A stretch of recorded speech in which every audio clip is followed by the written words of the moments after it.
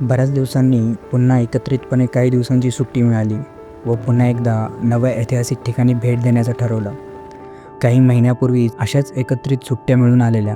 त्या सुट्ट्यांमध्ये आपण विजयनगरची राजधानी असलेल्या कर्नाटकातील वर्ल्ड हेरिटेज साईट हम्पीला भेट दिली होती. असेच पुन्हा एकदा जागतिक वारसा स्थळ असलेल्या चालुक्यांची राजधानी असलेल्या कर्नाटकातील बदामीला व्हिजिट करायचं आपण ठरवलं. कर्नाटकातील हे ऐतिहासिक शहर प्रसिद्ध आहे ते त्याच्या प्राचीन गुहा तसेच मंदिरांसाठी, आश्चर्यकारक वास्तुकलेसाठी आणि समृद्ध सांस्कृतिक वारशासाठी. ही चालुक्यांची राजधानी होती, ज्याचे पूर्वीचे नाव वातापी हे होते. 6व्या शतकाच्या सुरुवातीच्या काळात बांधली गेलेली मंदिरे, लेणी व बदामीचा किल्ला हे येथील प्रमुख आकर्षण आहे. चालुक्य राजवंश हा एक शक्तिशाली भारतीय राजवंश होता, ज्यांनी 6व्या ते 12व्या शतकादरम्यान दक्षिण आणि मध्य भारताच्या मोठ्या भागांवर राज्य केलं. ते कला, वास्तुकला आणि प्रशासनातील त्यांच्या महत्त्वपूर्ण योगदानासाठी ओळखले जाते आणि कर्नाटकाच्या इतिहासातील त्यांना सुवर्णकाळ मानला जातो. हे राजवंश 3 संबंधित परंतु वेगवेगळ्या राजवंशामध्ये विभागले गेले. त्यात बदामी चालुक्य, ज्याची स्थापना राजा पुलकेशिन प्रथम यांनी केली होती, तर पूर्व चालुक्याची स्थापना राजा पुलकेशिन द्वितीय ह्याचे बंधू कुब्ज विष्णुवर्धन यांनी वेंगीमध्ये केली व तिसरी राष्ट्रकूट राजवंशाच्या पतनानंतर कल्याणी चालुक्याचा उदय झाला. इसवी सन 973मध्ये राष्ट्रकूट सामंत तैलप द्वितीय याने राष्ट्रकूट राजा कर्क द्वितीय याचा पराभव करून कल्याणी चालुक्य राजवंशाची स्थापना केली. इतिहासकारांच्या मते हे बदामीच्या चालुक्यांशी संबंधित होते. यांनी कर्नाटक, तेलंगणा, महाराष्ट्र आणि आंध्र प्रदेशच्या काही भागांवर राज्य केले. यांची राजधानी कल्याणी हे होती, म्हणजेच आताचे कर्नाटकातील बसव कल्याण हे होय.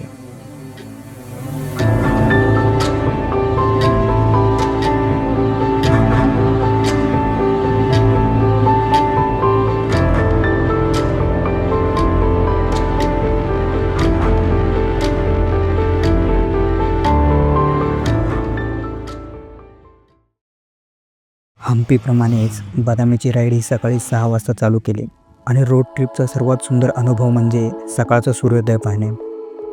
हिरव्यागार धर्तीवर व निळाक्षार आसमंतात सकाळच्या थंड हवेच्या मध्यात दूरवर ढगांच्या मधून लाल बुंद सूर्याने डोके वर काढण्यास सुरुवात केली होती. आदल्या दिवशी रात्री पुण्याहून निघालो व सोलापूरला स्टे केला व पुन्हा सकाळी काही मित्रांसमवेत विजापूर हायवेचा मार्ग पकडला.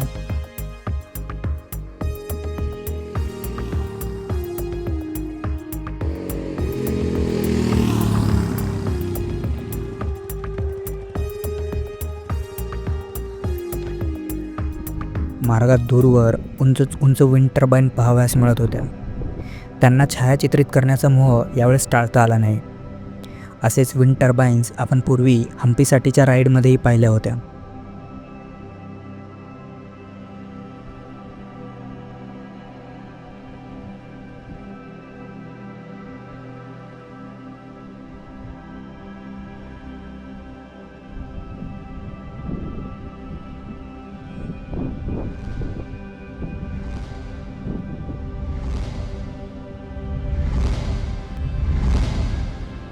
थोड्याच वेळात कृष्णा नदी मार्गात लागते. ह्या पुलावरून जाताना हे नदीचे पात्र नसून एखाद्या समुद्राचा छोटासा भाग असल्याचा अनुभव येत होता. ह्यावरून या नदीपात्राच्या विशालतेचा अंदाज लागत होता. कृष्णा नदी ही महाराष्ट्रातील सातारा जिल्ह्यात असलेल्या महाबळेश्वर येथून निघून पुढे बंगालच्या उपसागराला मिळते. मार्गात आपण पूर्वी पाहिलेल्या हम्पीमधील तुंगभद्रा ही नदी देखील कुर्नूल येथे कृष्णात सामील होते. ही भारतातील तिसरी सर्वात लांब नदी म्हणून ओळखली जाते. ही उगमस्थानापासून जवळपास 1400 किलोमीटरचा प्रवास करून बंगालच्या उपसागरास मिळते. त्यात 282 किलोमीटर प्रवास ती महाराष्ट्रात करते. कृष्णा नदी ओलांडून जेमतेम 1 तासात बदामीमध्ये दाखल झालो. येथील परिसरात दाखल होताच दूरवर लाल दगडाचे डोंगर दिसायला सुरुवात होते व welcome to heritage town of बदामीची कमान ही पाहावयास मिळते.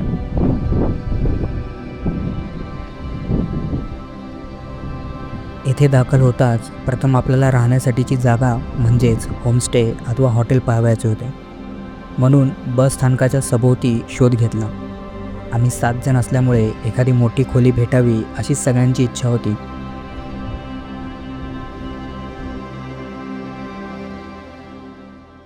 हे 7 जणांसाठीची रूम घेतली होती आम्ही. इकडं टॉयलेट बाथरूम आहे, इंडियन कमोड आणि इकडं थोडासा स्पेस आहे, विंडोज.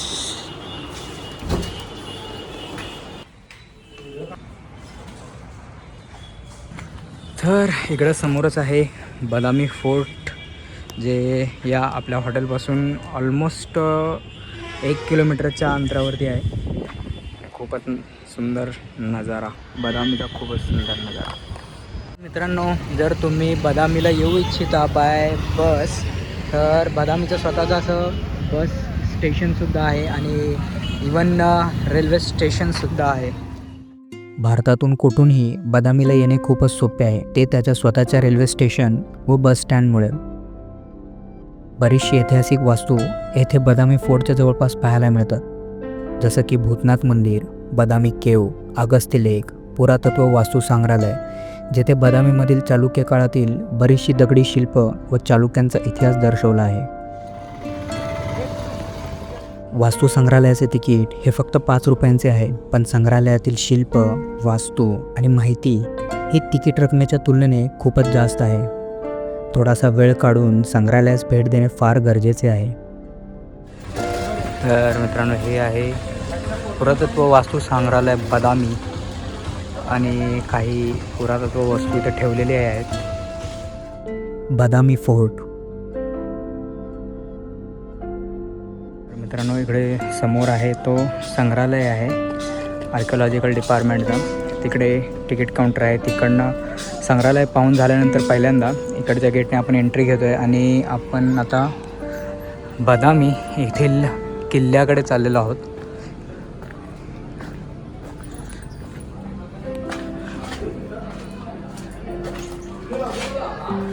जसं की आपण मराठ्यांच्या किल्ल्यामध्येही पाहतो, इथे असे गडावरील सैनिकांसाठी चौक्या असतात, तशा ह्या चौक्या आपल्याला पाहायला भेटतात इथे. बदामी किल्ला हा एक गिरिदुर्ग किल्ला आहे, जो एका नैसर्गिक टेकडीमध्ये स्थित आहे. ह्या किल्ल्याची निर्मिती चालुक्य राजा पहिला पुलकेशी यांनी इसवी 545मध्ये केले. या किल्ल्याच्या नैसर्गिक स्थानामुळे हे एक धोरणात्मक महत्त्वाचे ठिकाण मानले जाते. किल्ल्यावरून दूरचा प्रदेश दृष्टिक्षेपास पडतो, त्यामुळे शक्यतो ह्याला चालुक्यांच्या किल्ल्याचे स्थान मिळाले. किल्ल्यावर आपल्याला खालच्या भागात एक व वरच्या भागात एक असे 2 शिवालय पाहावयास मिळतात, जिथे आजच्या घडीला शिवपिंड पाहावयास मिळत नाही. वरच्या भागात पाण्याच्या सोयीसाठी एक कुंड व किल्ल्यावर विहिरी पाहावयास मिळते. त्याचबरोबर एक मनोरा अथवा वॉच टॉवर सारखी वास्तूही पाहावयास भेटते, जिथून आजूबाजूच्या भागावर लक्ष ठेवता येते. तसेच एक सुस्थितीत असलेला मोठा बुरुज व शंकूच्या आकाराची वास्तू पाहावयास मिळते. शक्यतो ते धान्य कोठार असावे असे सांगितले जाते.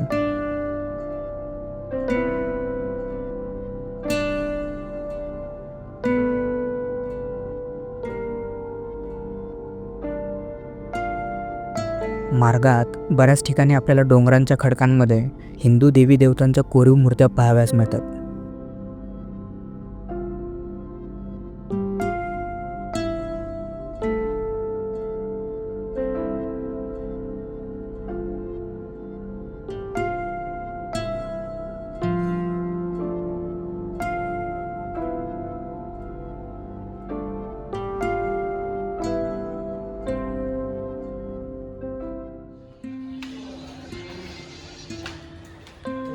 तर मित्रांनो, ह्या किल्ल्याच्या मुख्य प्रवेशद्वारावरती इकडेही अशा मूर्त्या कोरलेल्या आहेत. आत आल्यानंतर एक रस्ता सरळ पुढे जातो आणि एक रस्ता उजव्या हाताला जातो.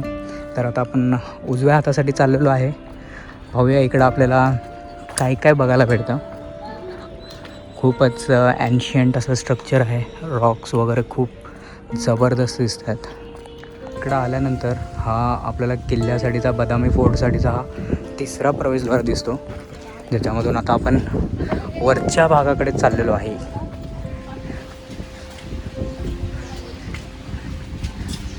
हे पूर्ण डोंगर कोरून हा मार्ग बनवलेला आहे आणि हा त्यामधल्या या पायऱ्याही तशाच दिसत आहेत. तिसऱ्या दरवाजातून वरती येताच इथे ह्या भल्या मोठ्या डोंगरामध्ये किंवा दगडामध्ये गणेशाची मूर्ती कोरलेली आहे. इथे शिवपिंड दिसते आणि त्याच्यासमोर आहे नंदी. म्हणजे इवन इसवी सन 543मध्ये सुद्धा हिंदू संस्कृती कशी जपली जायची ते इथे दर्शवलेलं आहे चालुक्य एरामध्ये. किल्ल्यासाठीच्या तिसऱ्या दरवाजानंतरचा मार्ग हा थोडासा निमुळता आहे व तेथून पुढे येताच आपल्याला शंकूच्या आकाराची वास्तू पाहावयास मिळते व पुढे दिसते ते बदामीचे खूपच सुंदर असे नयनरम्य दृश्य.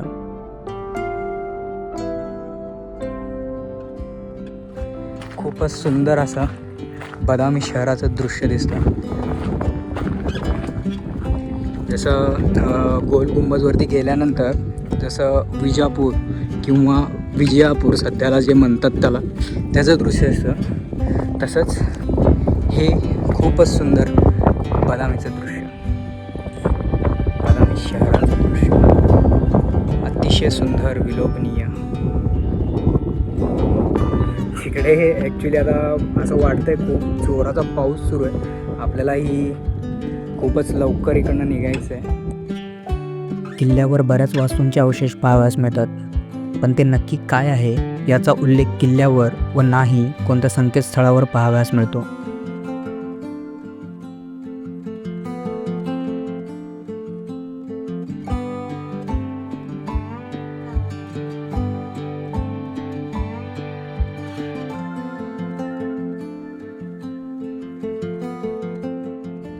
वरती येताच हे तटबंदी दिसते आपल्याला, जी की पूर्णपणे आता सध्याला ढासळलेली आहे. आणि हे किल्ल्यावरचे काही अवशेष आहेत जे की राणीवासा किंवा राजवाडा असावा एखादा किल्ल्यावरचा, किंवा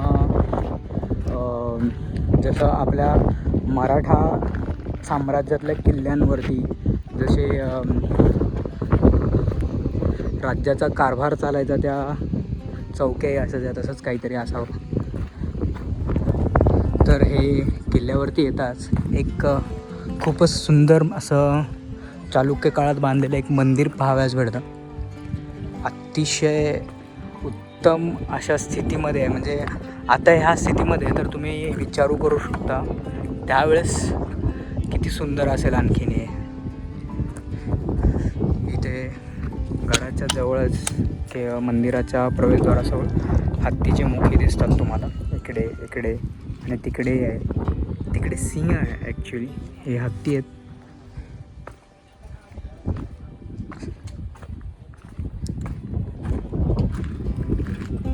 तिकडे समोर आहेत ते केव आहेत, रॉकमध्ये केव कोरलेले आहेत आणि तिकडे मंदिरे आहेत. आणि हे आहे तलाव इकडे. आणि बदामी शहर वरील भागात असलेल्या शिवालय मंदिरापासून खालच्या भागात असलेले दुसरे शिवालय मंदिर पाहावयास मिळते.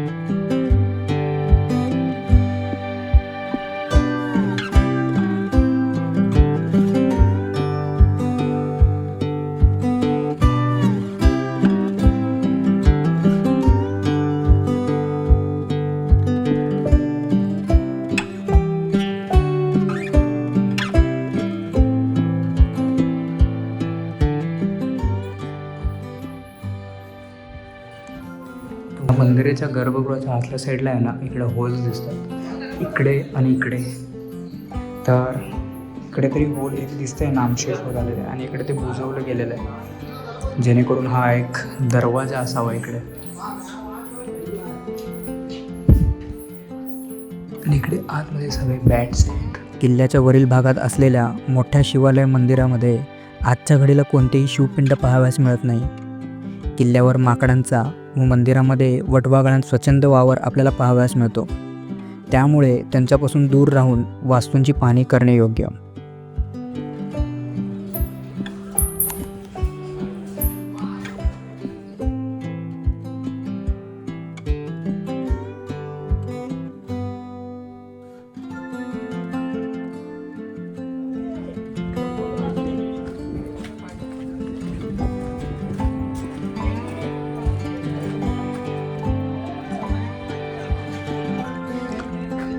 असे खूपच सुंदर असे कलाकुसर आपल्याला या मंदिराच्या शिळांवरती बघायला भेटते.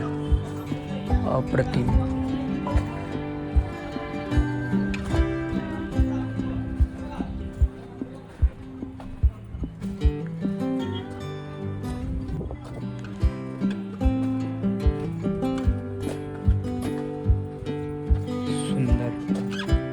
आणि मंदिरापासूनच शक्यतो तिथे बुरुज आहे मोठा.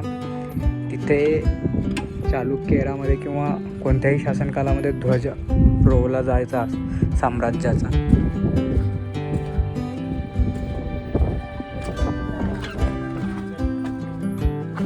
हे पाण्याचं कुंड दिसतं इकडे मंदिराच्या बाजूलाच.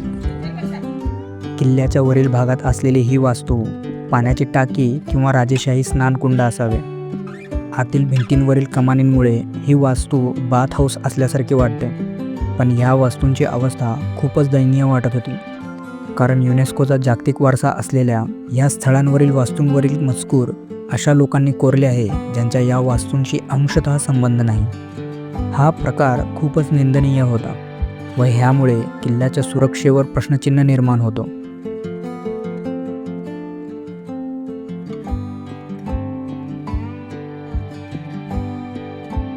किल्ल्यावरील काही भागातील भिंतींची पुनर्निर्मिती केलेली असावी असे येथे पाहावयास मिळते.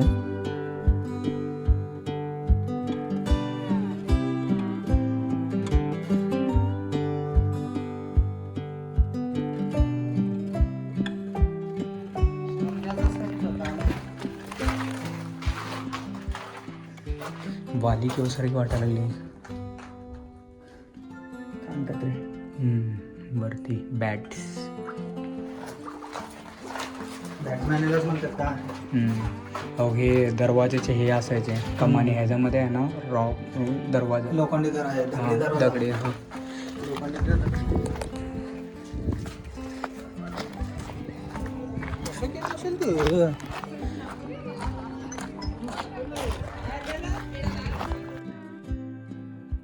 आता आपण चाललो होतो किल्ल्यावरील एकमेव सुस्थितीत असलेल्या बुरुजाकडे.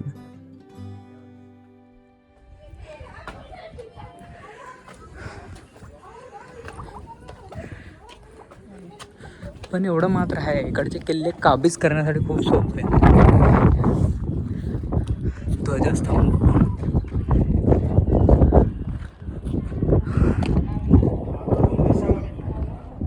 ह्या ध्वजस्तंभापासून किल्ल्याच्या इकडे एक मंदिर आहे. खूपच फार सुंदर दिसत आहे. फार फार फार सुंदर. तर मित्रांनो, आपण येताना ह्या दुसऱ्या प्रवेशद्वारातून आल्यानंतर आपण उजव्या हाताकडे इकडे एक्सप्लोअर करून आलो. आता आपण सरळ जाणार आहोत. इकडे एक मंदिर आहे जे वरून खूपच सुंदर दिसत होतं. तर पाहू अजून काय काय आपल्याला इकडे पाहायला भेटतं या भागामध्ये. खाली असलेले हे शिवालय मंदिर डोंगराच्या एका कोपऱ्यात खडकावर स्थित आहे व हे येथून बदामी शहराचे निरीक्षण करत असल्याचा भास होतो. हे मंदिर चालुक्य काळात 6व्या शतकात बांधले गेल्याचे सांगितले जाते. ह्याची स्थापत्यकला द्रविड शैलीची आहे.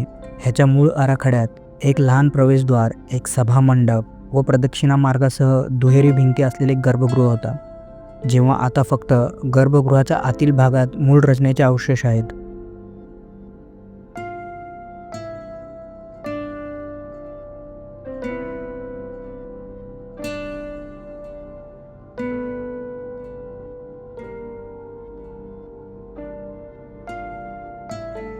मंदिराच्या शिखरावरील काही भागाचे काम हे 15व्या शतकात विजयनगर शासकांनी केले असेही सांगितले जाते. मित्रांनो, इकडे एक तोफी पाहायला भेटते शिवमंदिराच्या तिथे, जे आजूबाजूच्या भागांवरती मारा करण्यासाठी असावी शक्यतो. तिकडे एक मंदिर आहे, त्या मंदिराला कसं जाता येईल आपल्याला ते पाहायचं आहे. खूपच सुंदर कोरीवकाम, नक्षीकाम आजही आपल्याला मंदिरावरती पाहायला भेटतं. खालील शिवालय मंदिर व किल्ल्यावरील एकमेव तोफ पाहून आपण निघालो किल्ल्यावरील मनोरा अथवा वॉच टॉवर पाहण्यासाठी. जो फिट असेल तोच जाईल, जास्त जाडे जाऊ शकणार नाही.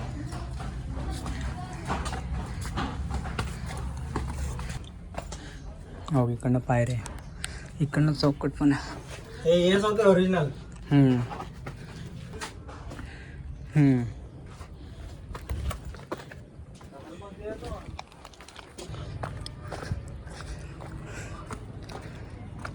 हो बांधकाम चालू आहे अजून यांचं रिनोव्हेशन. येथे 2 वॉच टॉवर पाहावयास मिळतात. त्यातील एक दुमजली आहे.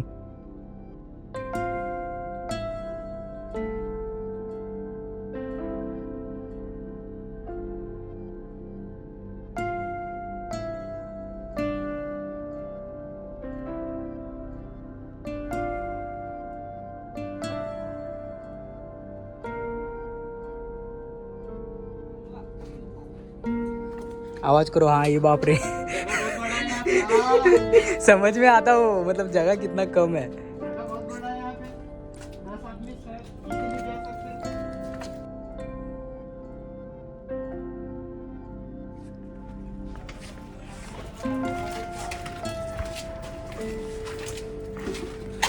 खूपच मोठी जागा आहे वरती जाण्यासाठी. आणि आपण आलो होतो हे जे गड्याचं किल्ल्यासाठीचं मुख्य प्रवेशद्वार आहे पहिलं. तिकडून यू टर्न घेऊन मी तर तुम्हाला इझिली दाखवतो आता.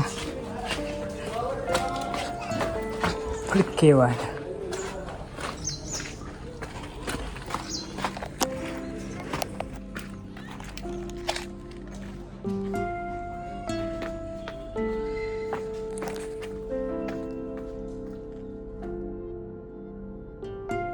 आर्किओलॉजिकल म्युझियम आणि बदामी किल्ला पाहून झाल्यावर आम्ही निघालो मल्लिकार्जुन मंदिर व भूतनाथ मंदिर व त्याचबरोबर अगस्त लेक पाहण्यासाठी.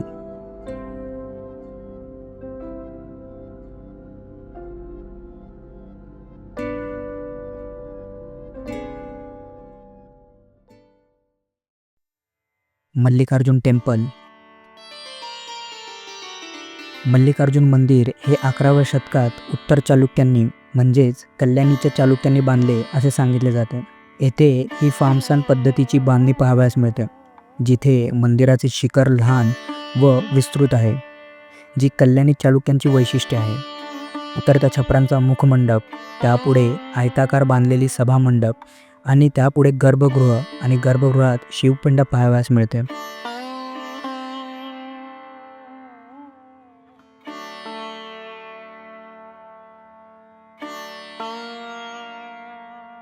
भूतनाथ मंदिर हे बदामीतील सर्वात सुंदर मंदिर आहे, कारण अगस्त तलावाच्या एका काठावर वसलेले हे मंदिर त्याच्या समोर असलेल्या विशाल अगस्त तलावामुळे अधिकच खुलून दिसते. सूर्यास्ताच्या वेळी सूर्याच्या मावळतीच्या किरणांनी अगस्त तलावाच्या चकाकणाऱ्या पात्राच्या किरणांनी भूतनाथ मंदिर अधिकच सुंदर व सुशोभनीय दिसतो. भूतनाथ मंदिर देखील एकटेच नसून खूप साऱ्या छोट्या मोठ्या मंदिराच्या समूहात पाहावयास भेटतो. मुख्य मंदिराची बांधणी ही संमिश्र असल्याचे वाटते, कारण अंतराळ आणि गर्भगृहाचे शिखर हे द्रविड शैलीतील असून ते बदामीच्या चालुक्यांनी तर उतरत्या छपरांचे सभामंडप हे कल्याणी चालुक्यांनी फार्मसान पद्धतीने बांधले गेले आहे.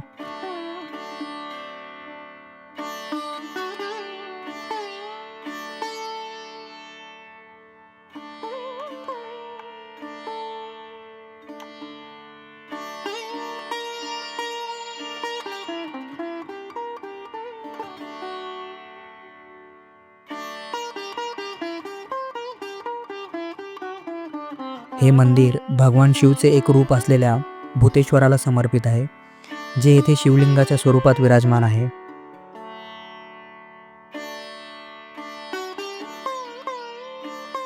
तर मित्रांनो, हे जे भूतनाथ मंदिर आहे हे बदामीला लोकल लोकांसाठी खरंच एक सोन्याहून मोठी जागा आहे, कारण इथे एखाद्या रम्य सायंकाळी येऊन बसल्यानंतर खूपच मनमोहक नजारा इकडच्या तलावाचा, समोर असलेल्या किल्ल्याचा किंवा इकडे केवचा बघायला भेटतो. खूपच सुंदर परिसर आहे, खूपच सुंदर. आणि इकडे भूतनाथ टेम्पलच्या तिथे पुढेच इकडे दगडांमध्ये एनग्रेव्ही केलेलं आहे. इथे भोलेनाथाची पिंड पाहायला भेटते. असं बरेचसं केलेलं आहे. इथे तर पूर्ण मंदिर म्हणजे खांब वगैरे आणि त्याच्यावरचा कळसही दाखवलेला आहे. इथे नंदी आहे.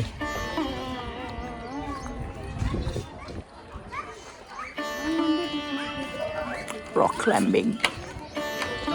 शक्यतो हे विष्णूची मूर्ती असावी एखादी.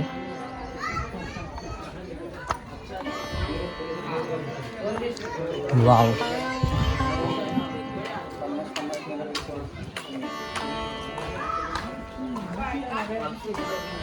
तर नरसिंह आहेत. इथे अष्टभुजा देवी असेल. महिषासुरमर्दिनी आहे बरोबर. ती गणेशजी आहे. वराह अवतार आहे.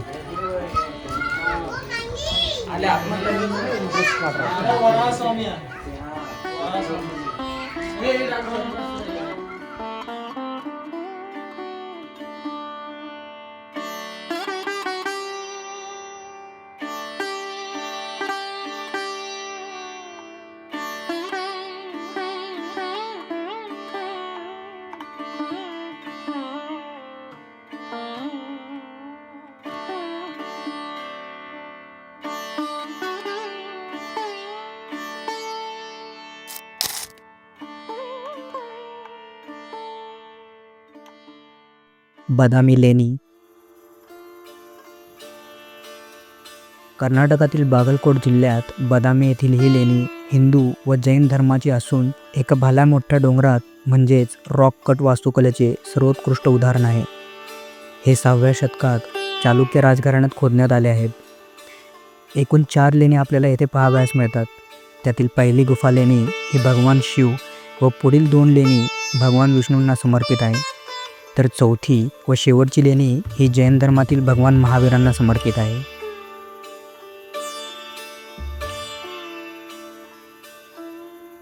जवळपास इसवी सन 550च्या सुमारास ही गुफा कोरली गेली. ही भगवान शिवला समर्पित आहे. या गुहेच्या प्रवेशद्वाराच्या उजव्या बाजूला 18 हात असलेल्या नर्तकराज शिव नटेश यांची एक अद्वितीय मूर्ती कोरली आहे, जी 81 नृत्यांना सादर करते. या गुहेमध्ये एक प्रवेशद्वार मंडप, खांब असलेले सभामंडप आणि मागील भिंतींना जोडलेले गर्भगृह आहे. प्रवेश मंडपाच्या उजव्या बाजूला अर्धनारीश्वर शिवची एक विशाल मूर्ती कोरलेली आहे आणि डाव्या भिंतीवर हरिहरची एक विशाल मूर्ती कोरलेली आहे. या मूर्तीच्या पायथ्याशी विविध आसनांमध्ये अनुयायी चित्रित केलेले आहेत. गुहेच्या छतावर सर्पराज नाग यांची वेटोळे घातलेल्या मूर्तीचे कोरीवकाम केलेले आहे. यांच्या दोन्ही बाजूंना उडणाऱ्या विद्याधर जोड्या कोरलेल्या आहेत. प्रवेशद्वार मंडपाला सभामंडपापासून वेगळे करणारे खांब सुंदररित्या सजवलेले आहेत. हे मोती, पानांचे व कमळांचे तुकडे तसेच हंस असे अनेक गोष्टींनी सजवलेले आहेत. या गुहेतील इतर आकर्षक वैशिष्ट्य म्हणजे प्रवेशद्वाराच्या डाव्या बाजूला 2 हात असलेले शैव द्वारपाल, एक वृषभकुंजर म्हणजेच हाती आणि बैल यांची एकत्रित मूर्ती आणि शिव पार्वती यांची नंदी स्वारी ही अत्यंत मनोरंजकरित्या कोरलेले पाहावयास मिळते.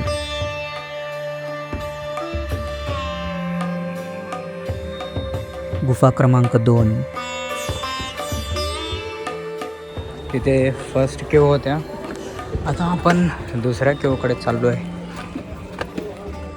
ही गुफा देखील 6व्या शतकात बांधण्यात आली होती. ही भगवान विष्णूंना समर्पित आहे.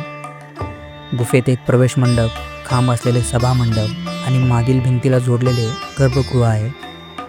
दर्शनी भागाच्या दोन्ही बाजूंना शांत स्थितीत उभे असलेले 2 हात असलेले द्वारपाल कोरलेले आहेत.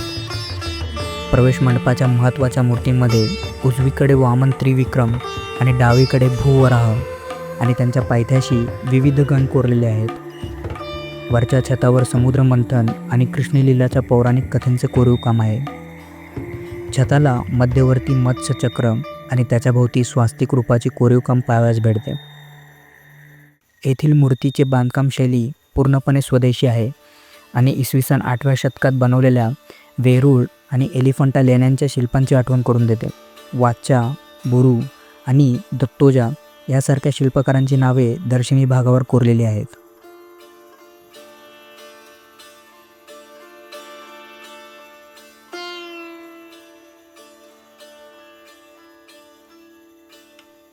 गुफा क्रमांक 3. ही गुफा चालुक्य मंगलेशाने 578 त्यांचा सावत्र भाऊ कीर्तिवर्मन पहिला याच्या कारकिर्दीत भगवान विष्णूंसाठी बांधले होते. इतर 2 आधीच्या लेण्यांप्रमाणे ह्यातही एक उघडा वरांडा, खांब असलेले सभामंडप आणि मागील भिंतीला जोडलेले एक मंदिर आहे. हे बदामीच्या लेण्यांमधील सर्वात मोठे सजवलेले आणि सर्वात प्रभावी गुहा आहे. या गुहेसाठी एक स्वतंत्र संरचनात्मक आवार देखील बांधण्यात आला आहे.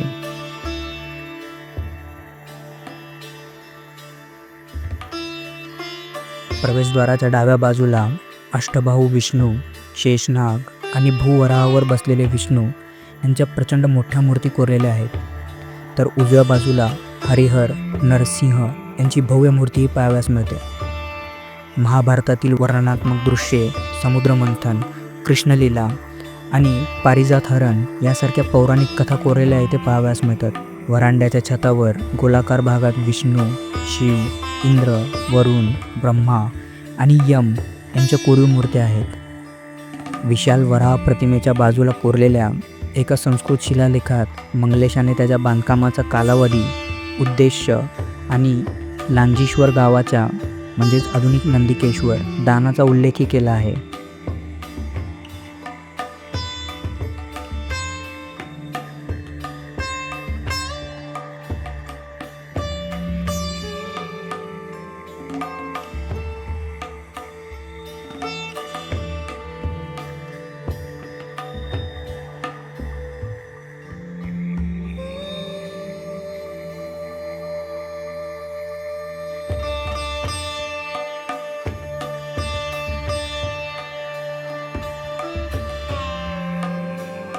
गुफा क्रमांक 4.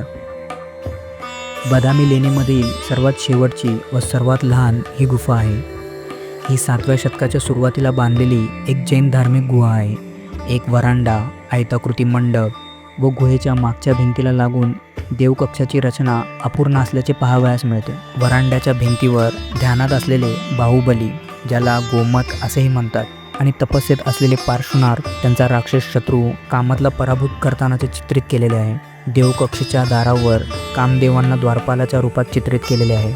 देवकक्षाच्या आत त्याच्या मागील भिंतीवर उपदेश करणाऱ्या तीर्थकारांच्या मूर्त्या आहेत. हे कदाचित महावीर असावेत, ज्यांच्या डोक्यामागे प्रभामंडळ आहे.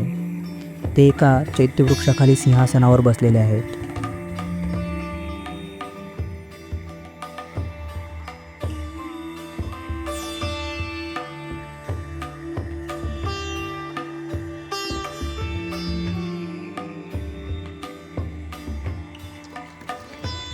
तर मित्रांनो, आपण जो बदामीचा किल्ला आहे त्याच्या समोर आहोत आणि इकडे आपल्याला एक गोष्ट बघायला भेटते, ती म्हणजे जी आपण पुष्करणी पाहिली होती हरिश्चंद्रगडवरती. तर पुष्करणीच्या समोर जसे मंदिरासाठीच्या देवड्या होत्या आणि त्याच्यामध्ये खूप सारे देवी देवतांच्या मूर्त्या होत्या, असेच इकडं पण दिसत आहेत एक रचना त्याची. आणि जशी पुष्करणी होती त्याच्यासमोर तसाच इथे हे तलाव आहे. कुठला तलाव आहे? हां, तर त्याच्यासमोर हे अगस्त्य तलाव आहे. तर मित्रांनो, आजचा हा व्लॉग कसा वाटला आम्हाला कळवण्यास विसरू नका व व्हिडिओ आवडल्यास लाईक, शेअर अँड कॉमेंट करायला विसरू नका. आणि असेच व्हिडिओ पाहण्यासाठी आमच्या चॅनलला सबस्क्राईब करायलाही विसरू नका. हेसूर नंदू गौरव हिंदू